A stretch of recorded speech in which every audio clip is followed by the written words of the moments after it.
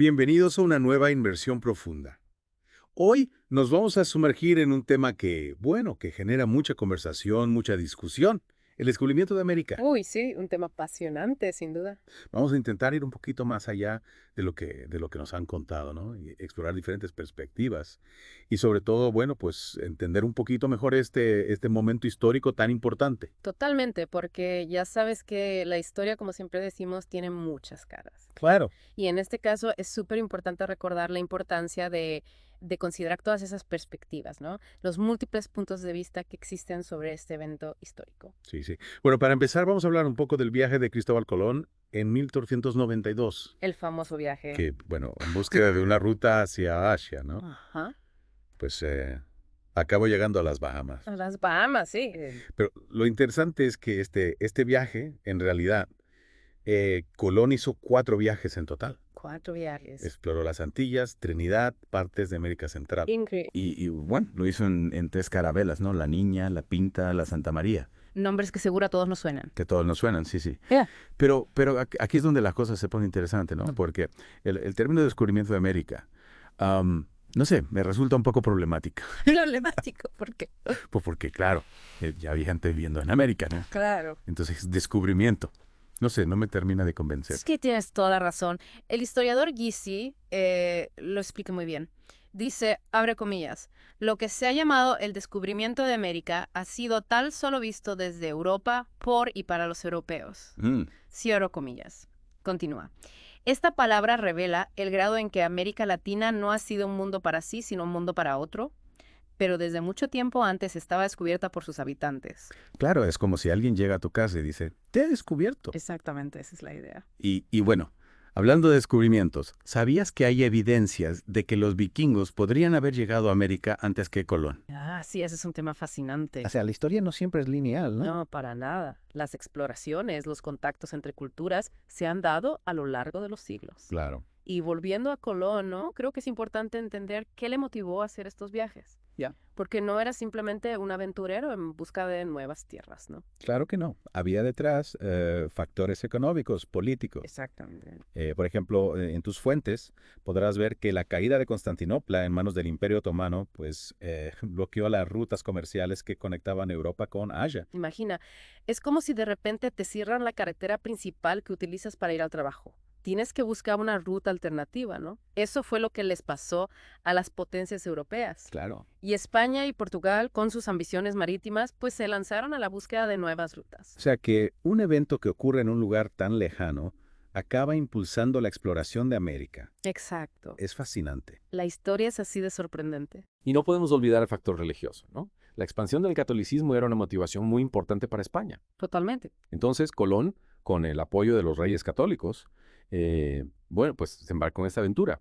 Busca una ruta hacia, pero descubre, entre comillas, un nuevo continente. Lo interesante es que este encuentro, este primer contacto entre europeos e indígenas americanos, pues va a tener consecuencias muy profundas y duraderas.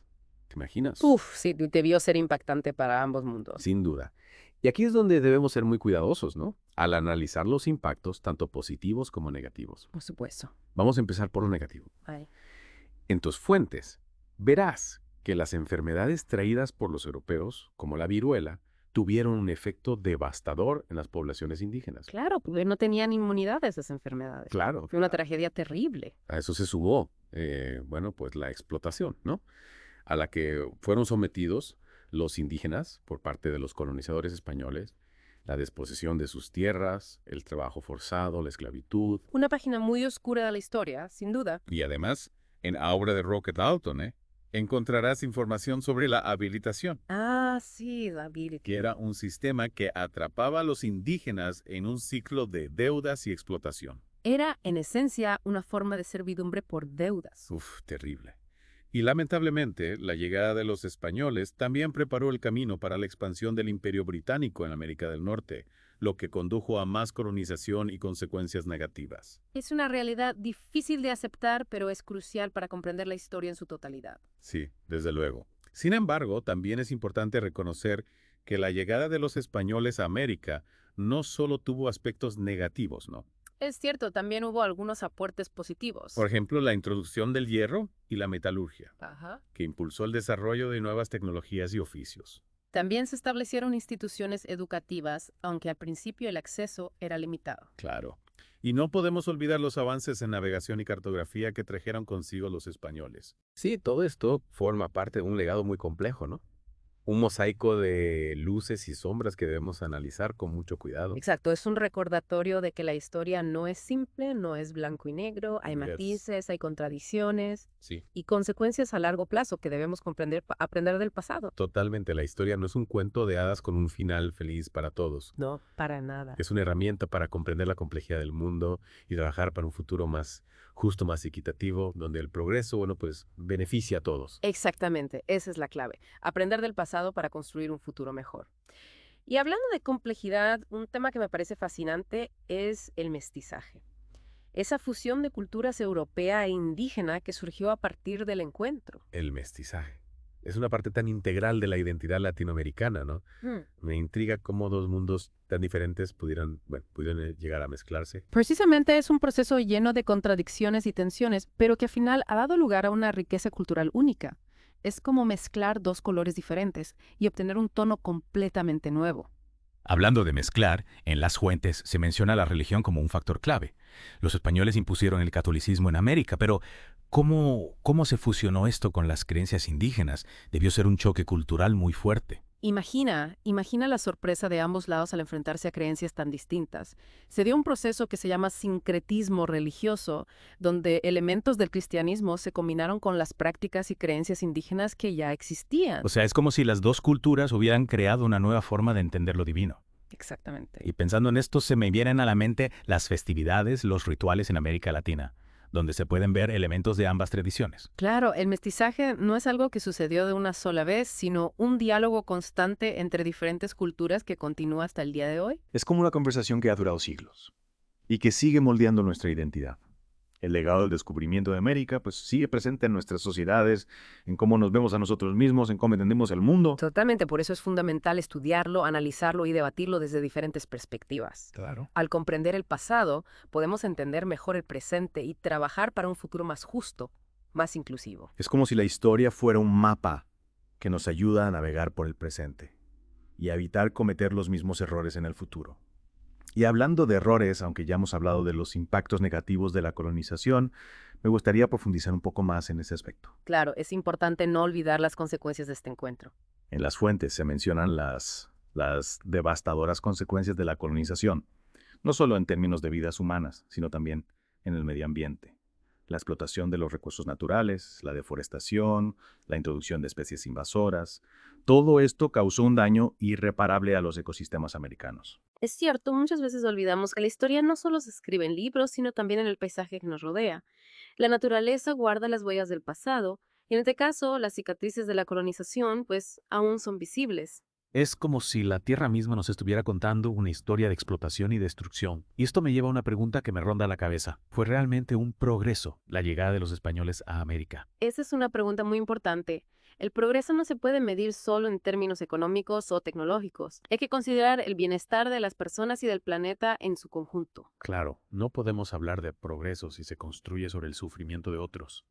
Y la destrucción del medio ambiente. En el caso de la colonización americana, es evidente que el supuesto progreso de unos se basó en la explotación y el sufrimiento de muchos. Es una lección que debemos recordar al analizar cualquier proceso histórico. Debemos preguntarnos: ¿progreso para quién? ¿A qué costo? Exactamente. La historia no es un cuento de hadas con un final feliz para todos. Es una herramienta para comprender la complejidad del mundo y trabajar para un futuro más justo, más equitativo, donde el progreso, pues beneficia a todos, no solo a unos pocos. Y para recordar que siempre hay múltiples perspectivas Claro. y que la verdad histórica es un proceso de búsqueda constante. Es como si la historia fuera un rompecabezas gigante. Y cada nueva pieza que encontramos nos ayuda a ver la imagen completa con mayor claridad. Y hablando de piezas del rompecabezas, recordemos que no todos los aspectos de la llegada de los españoles a América fueron negativos.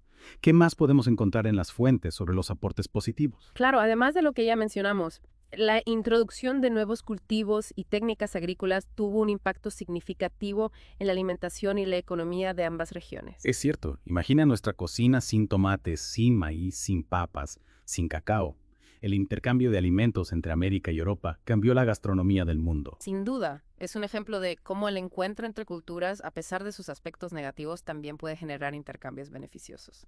Y hablando de intercambios, no podemos olvidar la influencia del idioma español, que ahora es hablado por millones de personas en todo el continente americano. Es una herencia lingüística que nos une y nos permite comunicarnos e intercambiar ideas. El idioma es un puente que conecta culturas, un vehículo para compartir historias, conocimientos y experiencias. Un puente, sí, que facilita el intercambio y el entendimiento. Un idioma común siempre ayuda a acercar a las personas. Totalmente.